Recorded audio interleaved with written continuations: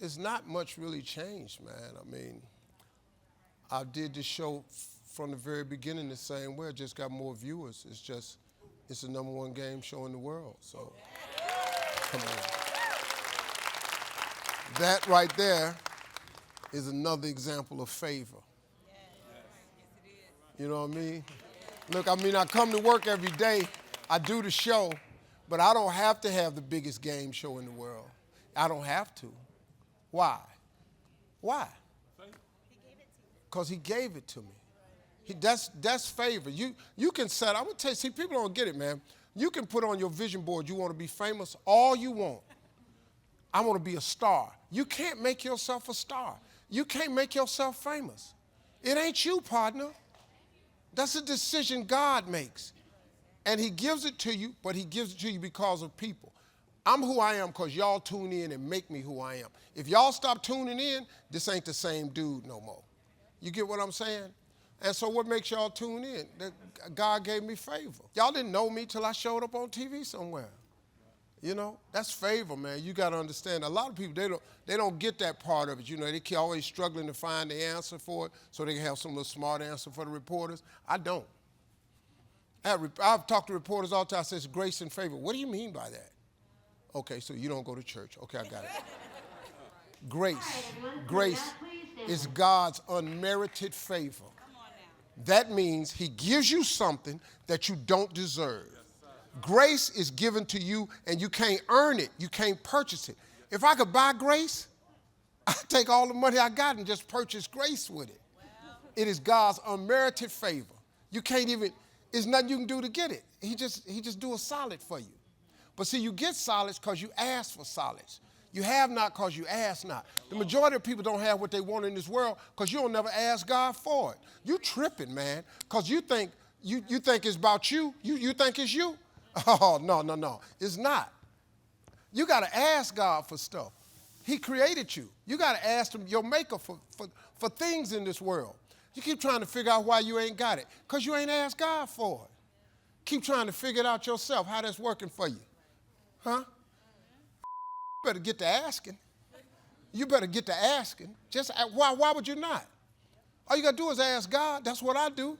Everything I got, I ask God. I'll show you my vision board. It's everything I'm asking God for. The how-to is none of your business. Nowhere in the Bible does it tell you to figure out how to. It say ask, believe, receive. That's the trick. It ain't nothing else. I ask, I believe, I get ready to receive. Faith without works is dead. I'm going to put in the work. So that's the trick, man. Stop tricking yourself out and ask for favor. It's really that simple. It's not. Don't make this more difficult than it is. Listen to me. I'm telling you this how I don't have no education. I don't have nothing. I have faith. I was homeless for a while, right? I finally messed around, got some money in 96. I signed my first big deal and I bought a house. And 1996 was when plays got started up real big. And a promoter named Al Wash bought this homeless dude to my house. Now, I just bought this house. They didn't know it. They thought I was balling because I just bought this house. I had $1,700 left after I bought this house. This promoter named Al Wash bought this homeless dude to my house named Tyler Perry. And Tyler sat in my office going, man, you got a nice house. And I was house poor. I didn't have no money, man. I took my $400,000 that I had and I put $350,000 down on the house because I said if Kami don't ever do nothing else for me, I'm going to buy one house. I bought a $1.1 million house. I put $350,000 down on it with the builder, and I had a house note. And I figured through my jokes I could make the house note. Tyler Perry sat in my office and told me about this church plays he was going to do. And, you know, I couldn't even tell him. He was coming to me to borrow $25,000. I ain't had no $25,000. I got $1,700. But I liked the dude. I said, man, I think you own to something. I said, let me think about it. You know, because I didn't want to say I ain't got the money. You know, I was a young dude back then. If I knew what I knew, I'd have just said, hey, man, I don't have the money, but let me help you and make me a partner or something like that. But I didn't know how to do that. and walked away. You see who Tyler Perry is now? I do shows at Tyler Perry Studios. And we sit around, we talk about it all the time. I said, man, I couldn't believe you was in my house. He said, man, I think about that all the time. He said, you should have gave me the money. I said, man, I had the money. Why don't you give me some money? A lot of money, man. It's funny, you know, you see people successful, and see what you see is you see this snapshot of who they are. What you have to focus on is to how they got there, because that's the story that you can relate to. You can't relate to Tyler Perry as he is today. But if you knew he was sitting in my house when he was homeless, needing $25,000, that sounded a lot more like you than owning Tyler Perry Studios. That's why it's important, man, I feel, when people become successful, that they become transparent and open up the real truth to themselves. I can't stand it when rich people stand in front of people talking about, you know, you can buy a house with no money down and follow me and I can show you how to get rich. No, you can't. And you can't buy no house with no money down. You might be able to buy a house with no money down, but when you get the closing, you're gonna need some money, man. They don't tell you that. But you know, they sit up there and they don't tell people the truth. I came up with a slogan the other day on the radio. You need God to get there, but you need more God to stay there. If you have any aspiration for success, you got to get some God. Now, let me tell you something. You can try it without him, because I did that. You can try to make it without God. You might even get some measures of success, but you ain't gonna be able to stay there, man. You've seen it many times. A lot of people hit it. You know, I did this on my own. Illuminati, that you can't hold, man. You need God. I'm just telling you real. You gotta have God. It's a cold piece of work. At the end of the day, whether you're a young cat out here hustling or you're an old person trying to hold on, you can turn all that into flourishing if you put some God in your life. That's all to it. And I'm just an old street cat telling you this here. And I don't even know nothing but about 5 scriptures. Ta-da. I tell you who I really, really have a lot of respect for. Fans. I think fans, man, are some of the most committed people in the world. It is amazing how the human spirit conducts themselves when they are committed to being a fan. Like, you know, like I'm a football fan. I'm a Cleveland Browns fan. I'm a LeBron James fan. I'm a fan of these people, man. I pull for them. Here's the amazing thing about being a fan. When you're a fan, man, fans dress up for their team. Fans put on the team colors, man. Fans go to the games. Fans save up to try to go to games. Fans throw game day parties at their house. People come over and they cheer. When their team come on the field, they go crazy, man. Ah! I'm a fan, here they come, here they come. And it's crazy, man. And they make the game worth watching. The fans, man, they paint their body in their team colors. They put on the colors, the jerseys, the jackets. And when that team wins, oh man, it's like a victory for them. The fan feels the adulation and the joy of victory with their team. Now, when their team lose, oh my goodness. It can ruin the next day for them. They're so downtrodden and so hurt that their team lost. But guess what? They still fans, and guess what? They bounce right back. We back at it, because the hope of being a fan is that we can fix it and win the next one. We're gonna be playing for the cup this year. Man, we got a shot. We Brazil, we USA, we Mexico. We in it. We are fans. Without fans, where would sports be? It would be nothing. Without fans, where would TV stars, movie stars, comedians, singers, actors, where would they go? Where would Broadway be? without fans. No, man, you got to have fans. So what I've decided is I happen to be a fan of God. When I'm winning, I'm a fan. When I'm losing, I'm a fan. Because he is the one player, God is the one player that can always guarantee you a win.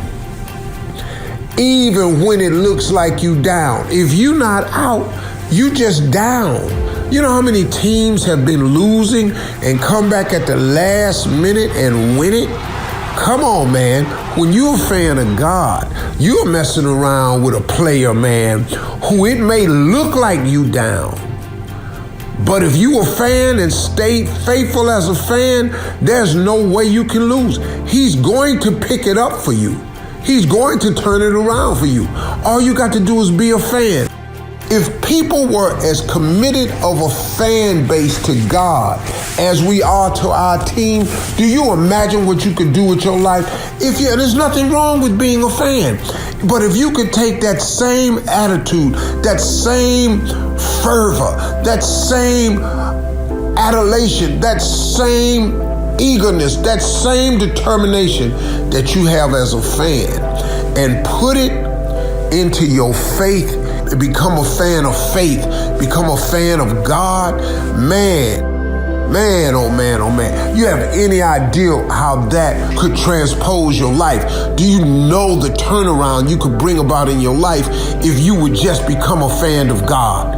It's an amazing thing that could happen to you, man. Don't ever give up. Don't ever stop believing. And I know sometimes that's difficult because it seems like, man, it ain't going right at all. I was reading a book T.D. Jakes has out. It's called Hope for Every Moment. It's like one of those, you've seen those daily thought books. It's inspirational thoughts for every day of the year is what it is. My daughters actually gave it to me for my birthday because they've seen me change as a person over the years. I'm not guessing this, they've actually written it to me. And so they really do appreciate the change of me just becoming a better person, because when you become a better person not only for yourself, but a lot of people are affected by you being a better person. Your children are affected, your wife is affected, your co-workers are affected, a lot of your friends are affected, your neighbors get affected. When you become a better person or start to make that change, it affects a lot of people. The biggest benefit of it all will probably be you. I know I benefited the most. There are so many auxiliary benefits of just being a better person. And I've stopped saying trying to be a better person because I just got to go about the business of getting better.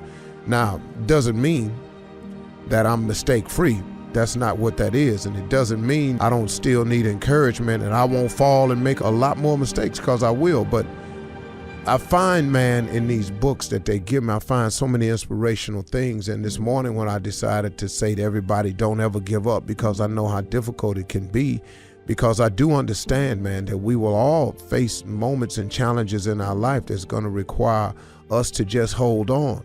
I wanted to encourage everybody. In this book I read, it says, well, it didn't say it, but I'm paraphrasing it now. If you ever felt like you can't find him nowhere, you ever been in a hole so dark and a situation so bad, you just felt like, man, I just can't find him nowhere, or I can't find him where I thought he would be. I've actually felt that before. And I was thinking, man, well, okay, Steve, well, maybe a lot of people have been feeling that way. And maybe you ought to share your experience with them. And that's what I'm doing today. Maybe you've told yourself that the storm gonna be over soon. See, this is the one that I used to do all the time. I used to say, man, the storm gonna be over soon. And then the sun came out and then it just left. Okay, hold on. Then the sun came out and then it just left. And then the rains just keep coming. Sometimes, man, you just go, wow. And it almost feels like God done missed his appointment. Okay. See, this is why I used to really get in trouble. I used to think, man, okay, is he not listening to me? Does he not hear me? Because I'm not only calling, I'm actually crying. I'm crying out. And I want this to be fixed now. You know, I used to think, okay, man, I've been praying about this. I've been going through this. Okay, I done said I give. I done already said I get the message. I've done said I get the point. Man, I was wrong. Do I have to keep getting beat like this? Ain't I paid enough for my wrong decision? I used to just think like that. I figured he'd have moved on it by now. But what I want y'all to remember is that, and this is what I read in this book. In the book, it said that God doesn't synchronize his clock by your little mortal watch. God don't synchronize his clock by your little watch you got on your wrist. God is in control of this whole thing. He does not move in a timely basis according to what you got to have. Now, he gonna fix it for you. He gonna get it together for you. But it's in his time, because he doing a whole lot of shaping and moving. And what I had to learn about when I was praying for stuff was, it ain't just me that's affected. Remember at the top where I said when you become a better person, it affects everybody? Well, guess what? When God answers a prayer, it affects everybody. See, everybody got to learn lessons along the way. And maybe he got you going through a little bit more than what it looks like they going through, because he never puts more on you than you can bear. And so he puts you in a situation that you can handle. So what you got to do is, since God don't synchronize his clock by your little mortal watch, he got a set time that he gonna bless you. The key for you is to hold on. You want to see something God did that was special? You go to them Smoky Mountains. It ain't nothing like it on planet Earth. You ain't got to leave the United States. If you go see the Smoky Mountains, they got a lot of lookout points. You can pull over and look. Seriously, you quit breathing. If you can do that and don't believe in God after that, you're just something wrong with you. That's. If you having any trouble about is there a God, drive down I-40 through North Carolina, right outside of Asheville. Just go see it. God is everywhere, man. He's a bad boy. He done some stuff. He's a bad dude. I ain't never seen nothing like him. The stuff he be waking his hand and just whoosh and just do. God cold, man. God cold. Let me tell you something. I ain't never seen nothing like him. I ain't never seen nothing like him. Just go look at the sky. When you leave here, go look at the sky. It's sunny. It was cloudy when you came in. It's sunny. Go look at the sky. Go see what he did today. He tripped. He out there. He do like that. Ain't no two clouds the same. He cold. He out there clowning today. When you go outside, you know how cool it was this morning? Go out there now and look up at the heaven. Don't take God for granted. Don't just go see. Look up at the sky. God tripping, man. He out there tripping. He the coldest architect, author, artist ever. What he did, go look at the sky today. Look what he did, man. Soon, he's a bad boy. He's a bad boy. That dude right there, man. That's what I do. So I just do it every day. I just wake up and see what he did. I got this huge tree outside my window at our house. So I wake up every morning about 5:15 at the latest, you know. But it's the crack of dawn. I never set my alarm. I wake up automatically. Between 4:30 and 5:15, I'm gonna wake up. Because I got this huge tree and the birds roost in this tree. And as soon as the sun cracks, not daylight, just as soon as it breaks, they start singing.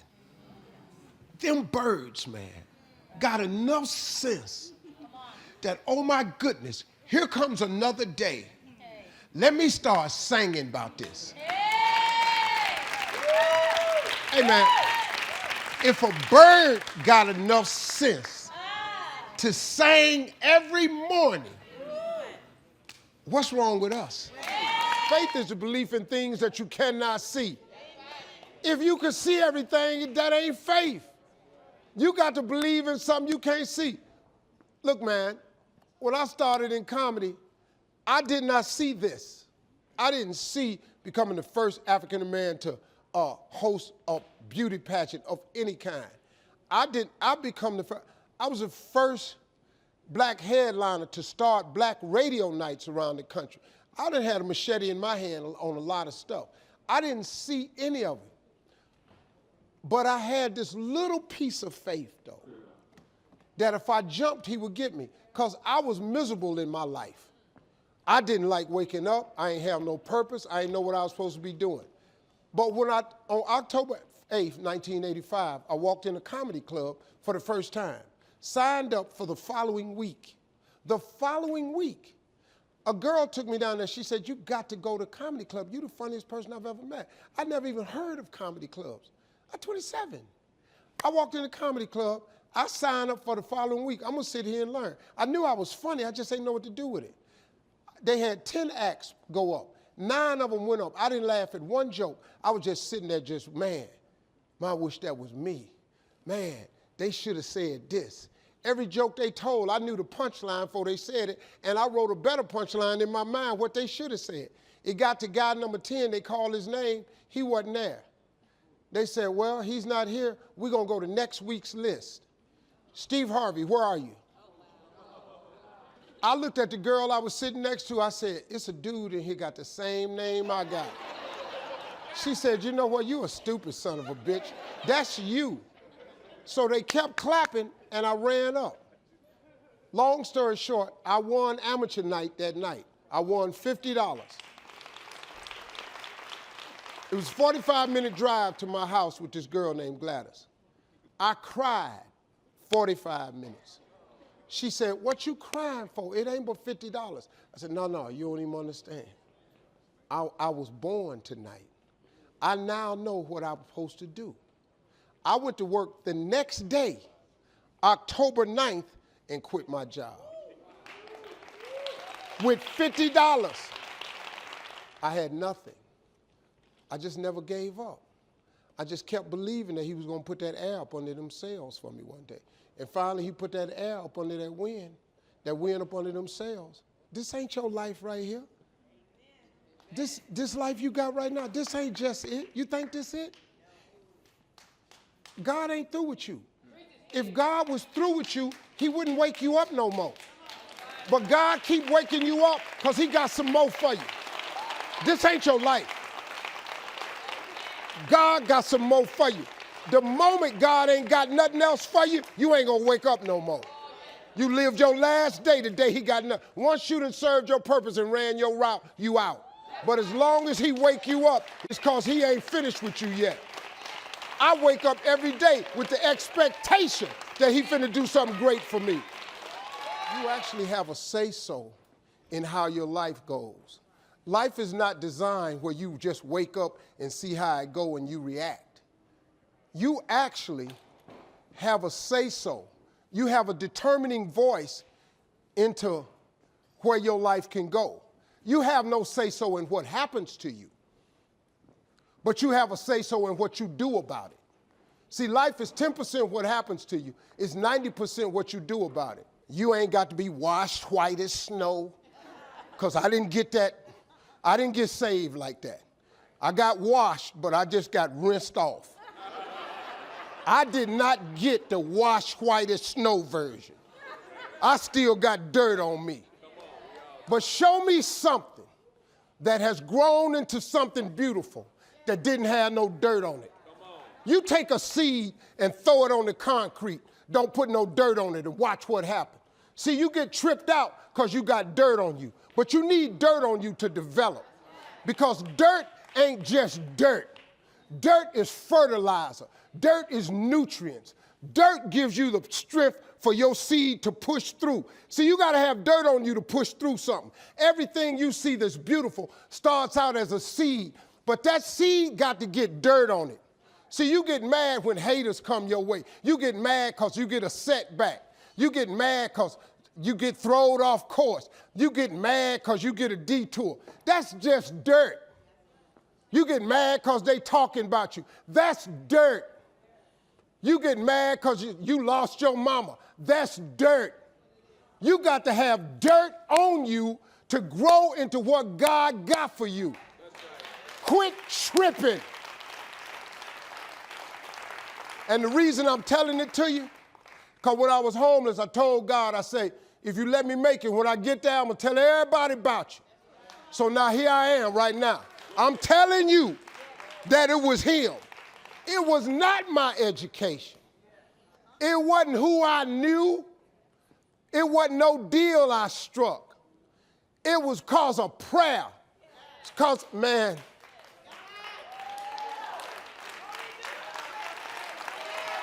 I just kept praying. When it looked like I wasn't going to be nothing, I kept praying. I kept asking that God that my mama had told me about, if he could just do what he said he was going to do. You said if I have not because I ask not, I'm going to tell you what, I'm going to just keep asking. And when it looked like it ain't coming, I'm going to sit here and I'm going to wait on it anyway. When they told me you'll never be nothing, I didn't listen to them. I'm going to sit here until you get here. And guess what? He got here. You can't go to school for comedy. There's nothing available for comedy. You're either born this way or you're not. But you could go take lessons, and then, you just got to get around the scene out here. It's hard. It take a long, young people, you just got to understand, it take a long time to make a lot of money. Quit thinking you finna just hit it. That's not how this works. It take a long time to make a lot of money. I just got this money summer before last. I'm 61 years old. I just got this money summer before last. Took me a long time, man. But there's joy in the process too.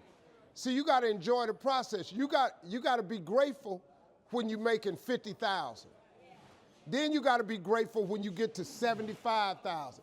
You got to be grateful at 80,000. A lot of people stay pissed off because they ain't a millionaire. But I got news for you.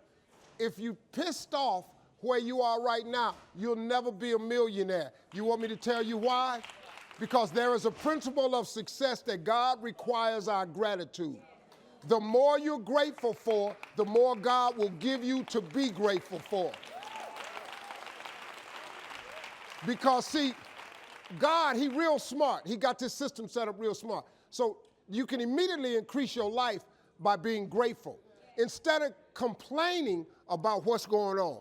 Man, I got to go to work today. Man, I got these kids. See, you asked for all this shit, though. Remember when you wanted a job? Remember when you wanted a baby? Remember when you wanted to get the new car? Well, the new car come with some bills. Well, remember when you wanted to get you a bigger place? You got the bigger place. It costs more money. You know what I learned? You can't cry about what's on your plate when your whole goal was to eat. You can't, man. And the moment you start showing God more gratitude, he'll give you more stuff because he's such a fair God. You know, what he do is he's not going to keep giving you stuff if what you got you can't handle already. So he ain't going to put no more on you than you can bear. So while you tripping about all you got to do, he said, well, let me quit giving him stuff to do because he already can't handle this here. You kill more blessings by not being grateful. That's the number one blessing blocker, lack of gratitude. That's the number one reason I have what I have, and that's the number one reason why I'm going to get more, because I just stay grateful for what I have. And I'm busy, man, but over last year I was complaining a lot, and I couldn't understand why these few deals wasn't closing. I was on vacation this year. I was sitting on the boat. I was looking out over the water, and God just showed it to me.